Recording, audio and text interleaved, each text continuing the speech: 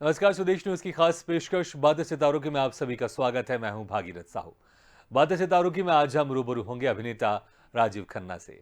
अभिनेता राजीव खन्ना का जन्म जयपुर में हुआ। पढ़ाई पूरी करने के बाद राजीव खन्ना ने एनएसडी के रेperटरी में 3 साल अभिनय किया, फिर टीवी सीरियल दहेज से टीवी जगत में कदम रखा। इसके बाद धारावाहिक महाभारत, गंगा, ज्योति, मर्यादा, मेरी दुर्गा, ऑफिस ऑफिस में अहम भूमिका निभाई है। तो crime show crime petrol CID में भी अभिनय किया है। राजीव खन्ना ने फिल्म कारवां से फिल्मी सफर की शुरुआत की। इसके बाद फिल्म पा, लाहौर, औरंगजेब में अदाकारी की है। तो फिल्म 83 में रणवीर सिंह के साथ कैबिनेट मिनिस्टर की भूमिका निभाई है। तो फिल्म ट्रैप्ड में राजकुमार राव के साथ अभिनय किया है। राजीव खन्ना ने Mahindra pickup, Samsung UltraTech, OLX, तो रणबीर कपूर के साथ फिलिप्स एलईडी के विज्ञापन फिल्म में नजर आए हैं। तो वहीं बहुत जल्द फिल्म शमशेरा और वेब सीरीज 4 मैन शॉट्स में अहम किरदार में नजर आएंगे। तो आज हम बातें सितारों की में रूबरू होंगे अभिनेता राजीव खन्ना से और जानेंगे इनके अभिनय के सफर के बारे में। और इस वक्त हमारे साथ सीधे जुड़ गए अभिनेता राजीव खन्ना। राजीव जी, आपका बहुत बहुत स्वागत है स्वदेश न्यूज की खास पेशकश बातें सितारों की में। नमस्कार नमस्कार भाई, बहुत बहुत धन्यवाद। राजीव जी, आपका जो गेटअप है बड़ा ही इंटरेस्टिंग है, बहुत ही जबरदस्त। आपकी जो लुक आ रहा है आपके इस दाढ़ी मूंछों में, बहुत ही जबरदस्त आ रहा है। क्या किसी कोई खास कैरेक्टर को लेके आपने लुक रखा है कि आपका मन पसंदीदा लुक है इसलिए आपने उसको रखा हुआ है? सर, सबसे पहले तो बहुत बहुत शुक्रिया मेरे लुक की तारीफ करने का। ये अभी जो रिसेंटली एक वेब सीरीज स्टार्ट हुई है, Z5 पे रिलीज हुई है, कौन बनेगी शिखरवती, जी उसमें मेरा यही लुक था। और 1983 जो फिल्म रणवीर सिंह की रिलीज हुई है उसमें भी मेरा यही लुक था। जी। इनफैक्ट अभी जो 4 मोर शॉट्स जिसकी आपने बात की, जो अवेटेड है, अप्रैल हाँ। मई में शायद ये टेलीकास्ट होगी, उसमें भी मेरा यही लुक है। एक्चुअली उसमें एक सिख किरदार है, हाँ। सरदार के गेटअप में होंगे। जी। तो बस इसलिए ये रखा हुआ है, इसमें काम मिल रहा है इसलिए ये गेटअप रखा हुआ है। बिल्कुल वाजा, आपने सरदार जी का जिक्र किया, हम तस्वीर भी आपकी दिखा रहे हैं, उसमें पगड़ी में आप बिल्कुल जबरदस्त लग रहे हैं। कोई कह ही नहीं सकता कि आप जयपुर से हैं, राजीव खन्ना हैं। तो बड़ा ही इंटरेस्टिंग इसमें आपके किरदार हमने देखे हैं और बहुत सारी तस्वीरें हमने देखी, इसमें डिफरेंट डिफरेंट लुक में आप दिखाई दे। राजीव जी, शुरुआत की हम बात करना चाहेंगे। आखिर कब आपको लगा कि आपको इस एक्टिंग की फील्ड में जाना है आपको, और मुझे भी एक्टर बनना है? आप किसी से इंस्पायर्ड हुए थे या क्या समय था? स्कूल में थे, कॉलेज में थे, कब आपको लगा? देखिए, बात अगर शुरू से की जाए तो मैं दिल्ली में रामजन स्कूल में पढ़ रहा था। जी। वहां पे सिंगिंग कंपटीशन हुआ, तो उसमें मुझे फर्स्ट प्राइज मिला। हम्म। शायद ये बात मैं बता रहा हूँ आपको 1983-84 की। शायद वहां से कहीं ना कहीं अच्छा, मेरे अंदर फिर से वो थोड़ा सा जीन इसमें मैं डेवलप होने लगा। फिर से थोड़ा सा क्लियर करना चाहूंगा। सिंगिंग कंपटीशन था और उसमें आपको जी फर्स्ट प्राइज मिला? जी जी जी। स्कूल में, हालांकि उस समय स्कूल में थे तो किसी ने इस तरीके से प्रवोक नहीं किया था, गुस्सा नहीं किया था, लेकिन वहां से धीरे धीरे चीजें अंदर इनबिल्ट होने लगी। जी। और फिर उसके बाद में थोड़ी सी जवानी का दौर आया। हम्म। अमिताभ बच्चन साहब, अनिल कपूर साहब, जैकी श्रॉफ साहब, जी। इनको देख देख करके बड़े हुए। हाँ। तो कहीं ना कहीं ऐसा लगने लगा था। और फिर एक समय होता है जब कुछ यार दोस्त होते हैं, वो कहते हैं कि यार तुम तो बड़े यार स्मार्ट लगते हो यार, हीरो जैसा तुम्हारा यार चेहरा, तुम मुंबई में ट्राई क्यों नहीं करते? जी। अब वहां से चीजें जब शुरू होती है तो आपको लगने लगता है कि हाँ यार, मेरे अंदर है यार वो चीजें, मैं भी कर सकता हूँ। हाँ। लेकिन जब आप लोगों के सामने जाते हैं, हमने थिएटर वगैरह स्टार्ट किया, उस समय पता चलने लगा कि ये चीजें इतनी आसान नहीं है जितना देखने में लगी। बस वहीं से शुरू हुआ। फिर हमें थिएटर करने का मौका मिला, जयपुर में हमने थिएटर वगैरह किया। जी। उसी दौरान एनएसडी की एक वर्कशॉप का एक ऐड आया, तो हमारे जो उस समय के तथाकथित गुरु रहे, उन्होंने हमें सूचित किया कि आप जाएं और इस वर्कशॉप में जाकर के अभिनय की बारीकियां सीखिए। जी। ये बात है 1996-95 की। हम लोग उदयपुर गए, उदयपुर में वर्कशॉप की। वहां चीजें खुलने लगी कि हाँ, हम और कुछ नहीं कर सकते अभिनय के अलावा। तो वहां से सफर एक तरीके से मैं कह सकता हूँ शुरू हुआ। वहां से फिर मैं दिल्ली गया, दिल्ली में एनएसडी रेpertory में बतौर अभिनेता के तौर पर 3 साल काम किया। जी। उसके बाद में फिर जी, मुंबई का सफर शुरू उसके हुआ। बाद फिर मुंबई आना और फिर आपका सफ़र और आगे बढ़ा। लेकिन इसमें जी मैं एक मुंबई के सफ़र का ज़िक्र करूँ, मुंबई में कैसा रहा आपका स्ट्रगल, उसका ज़िक्र करूँ, उसके पहले ये ज़रूर मैं आपसे पूछना चाहूँगा कि जब आप सिंगिंग कॉम्पिटिशन में फर्स्ट आए थे, तो सिंगिंग की तरफ आपका रुझान ना जाकर आप एक्टिंग की तरफ कैसे चले गए? आपने नहीं सोचा कि मैं सिंगिंग हाँ, कॉम्पिटिशन में फर्स्ट आया हूँ, तो मुझे सिंगिंग में आगे जाना चाहिए? जी, बहुत अच्छा प्रश्न है आपका। सर होता क्या था उस समय में, आज के पेरेंट्स जिस तरीके से अवेयर हैं अपने बच्चों को लेकर के, हाँ, उनको ग्लैमरस फील्ड में भेजने के लिए, और मतलब आजकल कहना चाहे अगर कहें कि फैमिलीज ज्यादा ग्लैमरस हो गई हैं बनस्पत अभिनेता, सिंगर या और भी आर्टिस्टिक फील्ड के लोगों के अलावा। जी। उस समय में हमें पेरेंट्स का दबाव जो था वो यही था कि ये सब चीजें सही नहीं है, इनकी हुँ, एक उम्र होती है, अभी अपनी पढ़ाई की तरफ ध्यान दीजिए, जो जनरली उस समय में, इस दौर में हर किसी के साथ नहीं ऐसा हुआ होगा, सबको ही ऐसा कुछ फेस करना पड़ा होगा। तो वहां लगा कि यार अभी रहने दो, अभी नहीं है, सच में वो समय नहीं है कि आप इस चीज हुँ, को, अगर वो चाहते तो एक अच्छी मुझे तालीम मिल सकती थी, जी। अच्छी शिक्षा मिल सकती थी। तो क्योंकि देखिए हम सर्विस क्लास लोग हाँ, रहे हैं, हमारे पिताजी सर्विस में थे, और घर का एक ऐसा एनवायरनमेंट, ऐसा एटमॉस्फेयर था नहीं कि जहाँ पे इन चीजों को बढ़ावा दिया जाए। हुँ, तो मेरे को एक अगर आप थोड़ा सा मुझे समझ रहे तो मुझे एक वाक्य याद आ प्लीज़। रहा है। मैं जब दिल्ली गया तो हमारे ताया जी थे, उनका हुँ, स्वर्गवास हो गया। तो वो नहीं जानते थे नाटक के बारे में और इस तरीके की चीजों के बारे में। तो मैं उनसे मिलने के लिए गया, मेरा एनएसडी में सिलेक्शन हो गया था, एनएसडी हुँ, रेpertory में। तो मैं उनसे मिलने के लिए गया तो उन्होंने पूछा कि बड़ी भारी भरकम आवाज थी उनकी, हुँ, बिल्कुल अमरीश पुरी साहब जैसे दिखते भी थे। तो मुझसे पूछा गया कि भाई यहाँ दिल्ली में तुम क्या कर रहे हो, क्या हुँ, करने आए हो? तो मैंने बताया कि साहब ऐसे ऐसे मैं एनएसडी रेpertory में हूँ। तो उनको समझ में आया नहीं। तो मैंने बताया नहीं कि ये राष्ट्रीय नाट्य विद्यालय रंगमंडल हुँ, एक संस्था है जहाँ पे मैं अभिनय करता हूँ और मुझे पैसे मिलते हैं उसके। हाँ। तो उनका जो जवाब था वो ये था कि अब भांड बनेगा तू। तो हालांकि उन्होंने और भी उसके जी, साथ में कुछ हेल्पिंग वर्क जोड़े थे, मैं आपके जिस चैनल पे उनको नहीं बोल सकता। तो हाँ, कहने का मतलब ये कि जो आपने पूछा कि सिंगिंग की तरफ आपका रुझान था और आपको प्राइज भी मिला, तो जी, इसमें आप आगे क्यों नहीं गए? शायद मेरी किस्मत में अभिनेता के जी। पद पर काम करना शायद लिखा था, और ये तो सब विधाएं हैं। बिल्कुल, बिल्कुल, मैं इसमें इस कोई कला शक को नहीं। नमन करता हूँ। मैं अगर सिंगर नहीं बन सका तो आज मैं अपने हाँ। आप को बाथरूम सिंगर तो कह ही सकता हूँ कि मैं नहीं, बिल्कुल आगे अपनी चल के हम इच्छा के आपका एक अनुसार गाना तो काम ज़रूर सुनेंगे और आपको सुनाना पड़ेगा। अच्छा, लेकिन आपने जो ज़िक्र किया बिल्कुल सही कहा आपने, वक़्त के साथ चीज़ें बदलती हैं और अगर हम जी 20, 25, 30 साल पहले जाएँ तो उस वक़्त सिर्फ़ एक ही था कि बेटा पढ़ाई करो। ना कोई खेल-कूद की तरफ ज़्यादा रुझान दिया जाता था और ना बाकी दूसरे एक्टिंग, डांसिंग की तरफ ज़्यादा मतलब जो माँ-बाप थे अक्सर उनका पहली प्रायोरिटी ये थी, बेटा तुम पढ़ाई करो और अफ़सर बनो, बेटा तुम पढ़ाई करो, अफ़सर करो। आज चीज़ें बदल जी गई हैं। आज आज माता-पिता को लगता है कि मेरा बेटा अच्छा खेल रहा है तो मैं इसको स्पोर्ट्स में आगे लेके जाऊँ। मेरा बेटा अच्छा अगर डांस करता है, सिंगिंग करता है तो उसको मैं आगे लेके जाऊँ क्योंकि अपॉर्च्युनिटीज़ बहुत सारी मिल गई। हम देखते हैं छोटे-छोटे बच्चे या एक एक स्टेज के बाद डांस कॉम्पिटिशन आता है टीवी में, सिंगिंग कॉम्पिटिशन आता है, तो मौका बहुत जी मिलता है। तो जब माता-पिता अपने बच्चों को देखते हैं इतने बड़े प्लेटफ़ॉर्म में, तो वो उन चीज़ों को लेकर फ़र्क तो पड़ता है और 25-30 साल पहले इस तरह के इतने ज़्यादा सुविधाएँ नहीं थी। अगर मुझे लगता है कि अगर बिल्कुल आज बिल्कुल के बिल्कुल। समय में आप सिंगिंग कॉम्पिटिशन में आपको फर्स्ट इनाम मिला होता, तो मुझे लगता है कि आपके माता-पिता खुद बोलते, "बेटा, चलो आओ तुम्हें अ, किसी एक सिंगिंग क्लास में तुमको जॉइन करवा देते हैं और एक टारगेट रखो कि आने वाले 5 साल के अंदर तुम भी किसी बड़े से सिंगिंग कॉम्पिटिशन में तुमको शामिल होना है और जीत कर आना है।" तो वक़्त के साथ जी चीज़ें जी बदलती हैं, बिल्कुल। तो राजीव खन्ना जी फिर जब आप मुंबई गए आप क्योंकि आपने एनएसडी में क्योंकि एनएसडी इतना ज़बरदस्त संस्था है कि वहाँ पर कोई अगर 1, 2, 3 साल काम कर ले तो वो बिल्कुल अच्छा कलाकार हो जाता है, इसमें कोई शक नहीं है।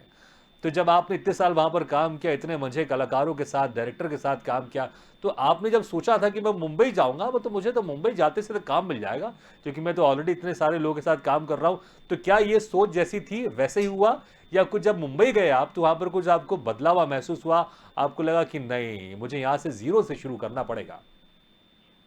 जी बिल्कुल।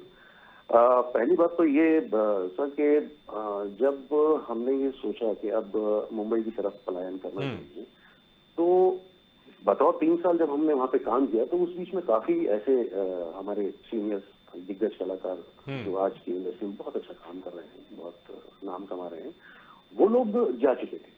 होता है ना कि आप एक एक पायदान ऊपर चढ़ते हैं, धीरे धीरे आपको चीजों का पता चलता है, समझ होती है। तो जब वो लोग मुंबई गए और वहां से मुंबई से लौट करके जब आते थे वेकेशन पे या कभी खाली रहते थे तो आते थे, तो वो अपने एक्सपीरियंसेस शेयर करते थे, जो उनके तजुर्बे मुंबई के थे।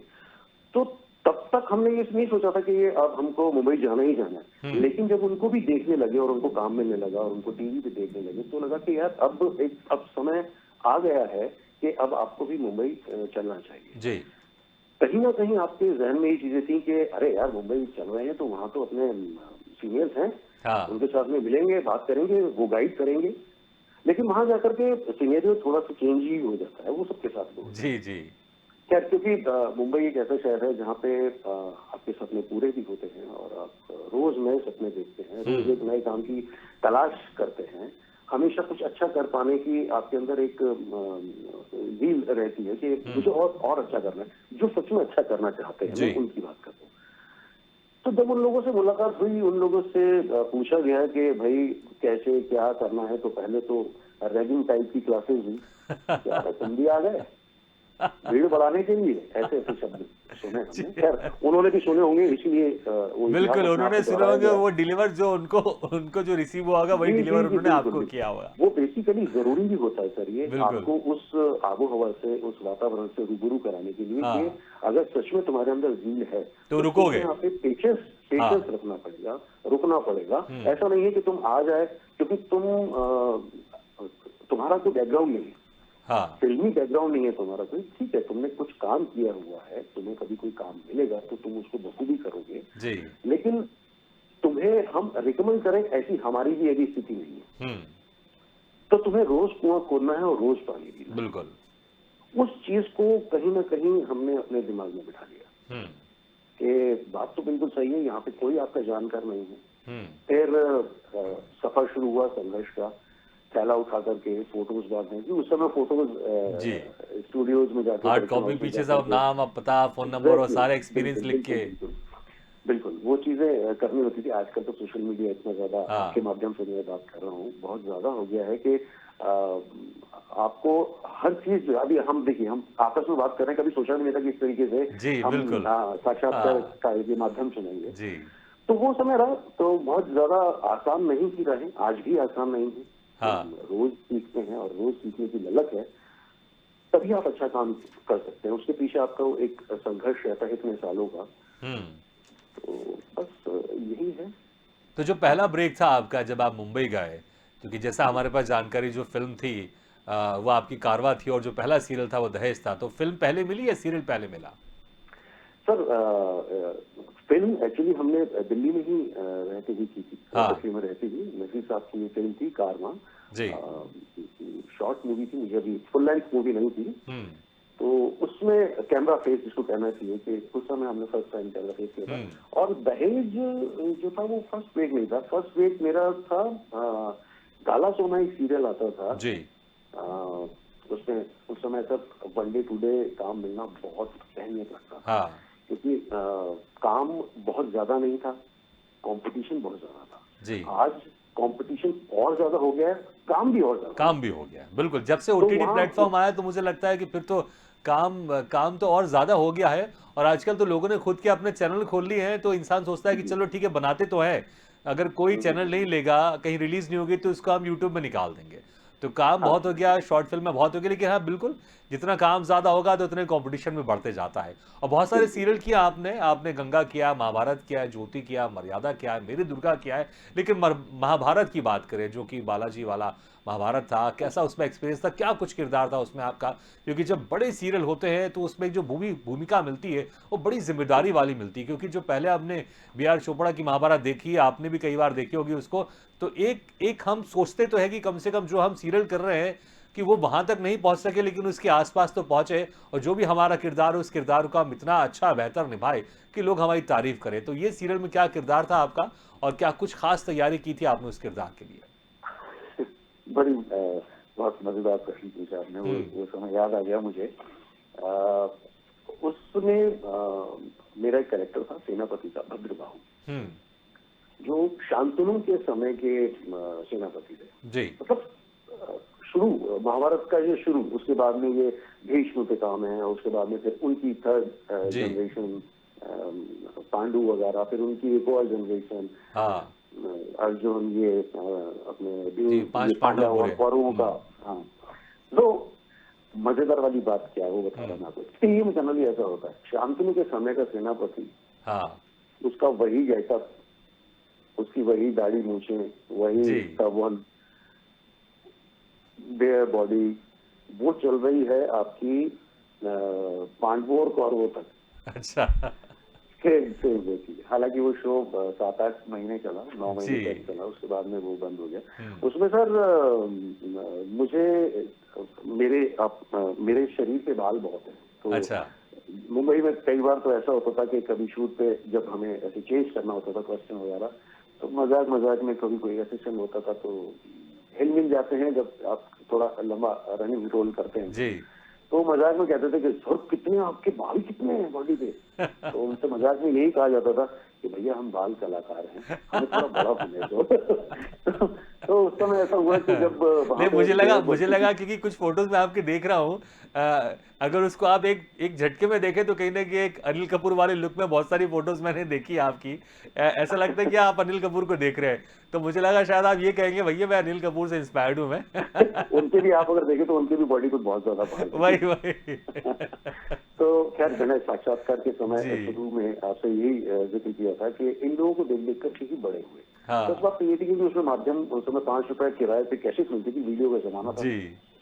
तो उस समय यही सोचा जाता था कि जल्दी से जल्दी कोई इनकी अच्छी पिक्चर रिलीज हो, और हम 90 रुपए या 100 रुपए 3-4 हाँ। दोस्त मिलकर के रात को एक लेकर के आते थे सेटअप पूरा, हाँ। और उसमें 3-4 पिक्चरें इन्हीं लोगों की हुआ करती थी, जी। वो देखते थे। क्या मैं आपको महाभारत की बात कर रहा था। हाँ। तो जैसे मैंने बालों का जिक्र किया, तो जब वहां पे लुक टेस्ट वगैरह की बारी आई तो मुझे मतलब जो बॉडी पे क्लोथ नहीं थे, सिर्फ एक लुंगी थी, टर्बन था, और एक ऐसे बेल्ट थी।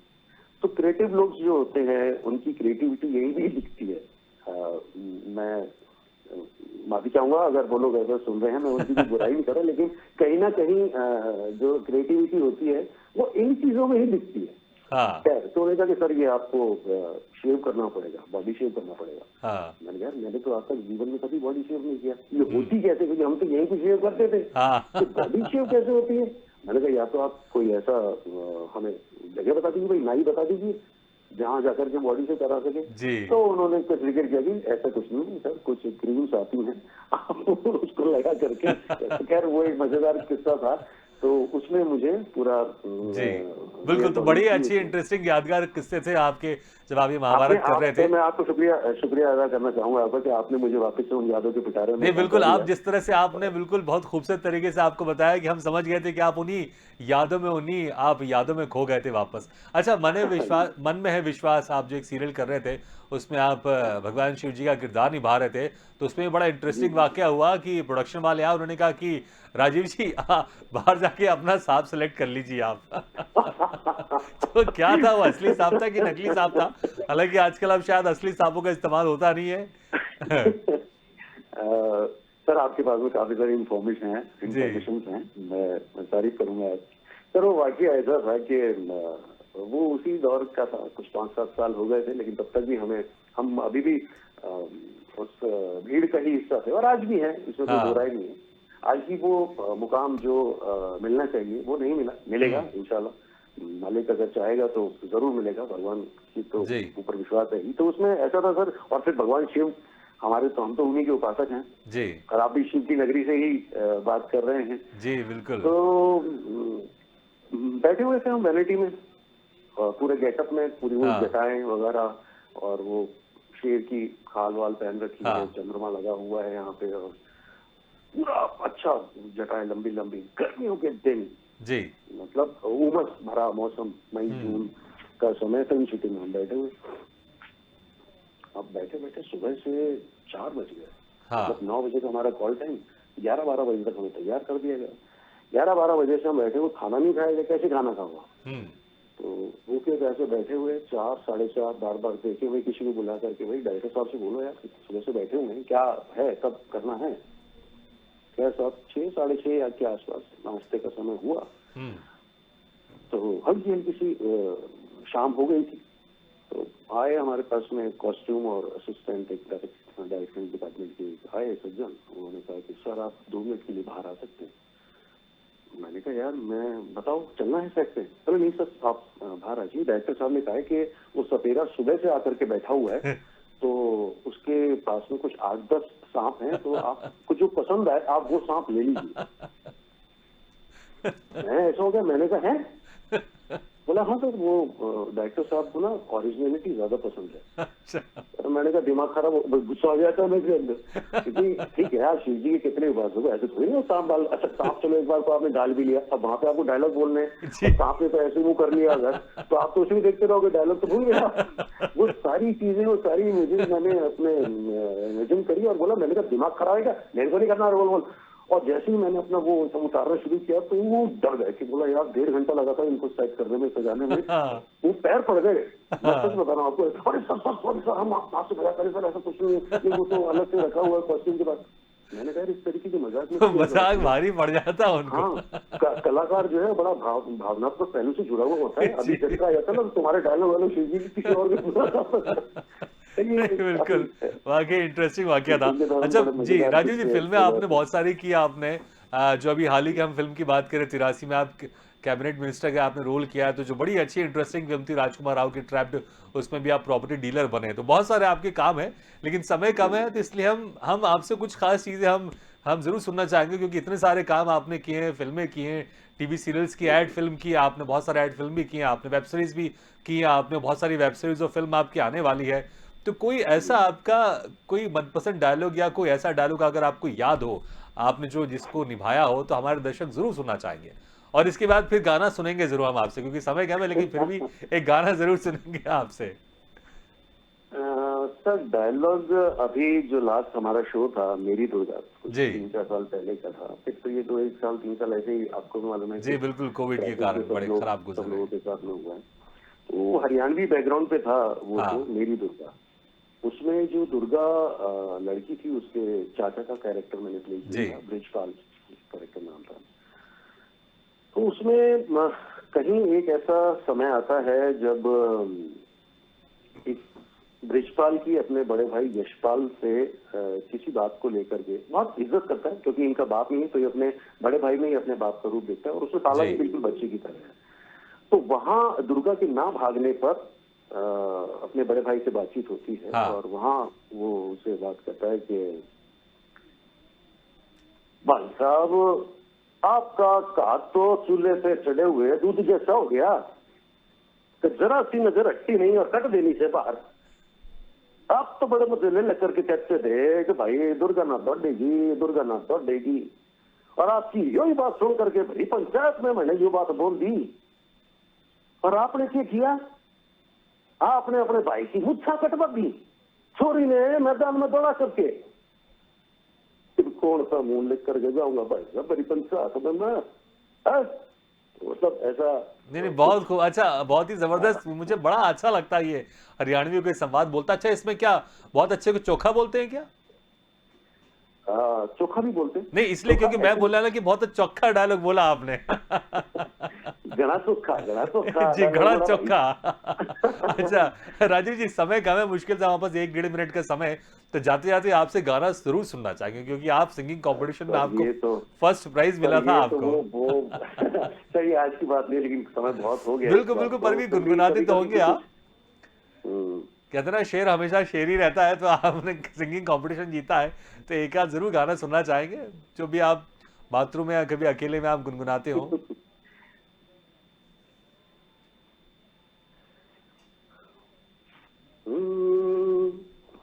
जिंदगी कैसी है पहेली हाय, कभी तो हंसाए कभी ये रुलाए, जिंदगी कैसी है पहेली हाय, कभी तो हंसाए कभी ये रुलाए। बस। बहुत खूब। मतलब आप वाकई जितने आप अच्छे एक्टर हैं उतने आप अच्छे सिंगर भी, इसमें कोई शक नहीं है। और यही वजह है कि जब आपने उस कंपटीशन में आप उतरे थे तो आपको उसमें फर्स्ट प्राइज मिला। राजीव जी, बहुत बहुत शुक्रिया, आपने समय निकाल कर हमारे इस कार्यक्रम में शिरकत की। और जो आपके अपकमिंग प्रोजेक्ट हैं उस अपकमिंग प्रोजेक्ट के लिए आपको बहुत बहुत शुभकामनाएं। आप ऐसे ही दर्शकों को एंटरटेन करते रहें और अच्छे अच्छे आप काम करते रहें। काम इतना सारा है आपका कि हम हर चीज़ों पर हम आपसे बातचीत नहीं कर सके क्योंकि समय कम है। और हम, मुझे लगता है कि भाई बहुत समय चाहिए क्योंकि आपके सारे कामों पर हम चर्चा करें, क्योंकि आप पत्रकार भी हैं, एक इवनिंग पेपर भी आपका निकलता है, तो उस पर भी हम आपसे कुछ बात करते हैं, लेकिन समय बहुत कम है। एक बार फिर से शुक्रिया, समय निकालकर आपने हमारे इस कार्यक्रम में शिरकत किया। आपका भी बहुत बहुत शुक्रिया सर, और मैं स्वदेश न्यूज के सभी दर्शकों का बहुत दिल से आभार करता हूं कि उन्होंने समय निकाला मुझसे मिलने के लिए, साक्षात करने के लिए। राजेश जी, आपको भी बहुत सारी शुभकामनाएं आपके उज्जवल भविष्य के लिए। बहुत बहुत धन्यवाद। Thank you very much. तो बातें सितारों की में आज हम रूबरू हुए अभिनेता राजीव खन्ना से। अगले बार हम फिर किसी शख्सियत से मुलाकात करेंगे। तब तक के लिए दीजिए इजाजत, लेकिन खबरों का सिलसिला लगातार जारी। आप देखते रहिए स्वदेश न्यूज, सबसे पहले देश।